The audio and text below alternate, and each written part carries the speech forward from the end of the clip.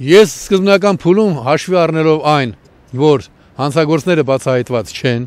եւ դա մեծ դավադրություն էր, այսինքն խոսքը միայն չէր գնում ազգային գործիչ, անկախության խորհրդանիշ Հայրիկյանին վերացնելու մասին, այլ նաեւ Հայաստանում նոր իրավիճակ ստեղծելու մասին, ես կտրականապես բացառել էի նոր ընտրությունների հնարավորությունը, այսինքն եւս մեկ անգամ հետաձգելու հնարավորությունը։ Հիմա էլ շարունակում եմ մնալ հակված այդ տեսակետին, բայց գիտենք, որ կալանավորված մարդիկ կան, մնում է գտնել պատվիրատուներին եւ այդ պատվիրատուների պատվիրատուներին։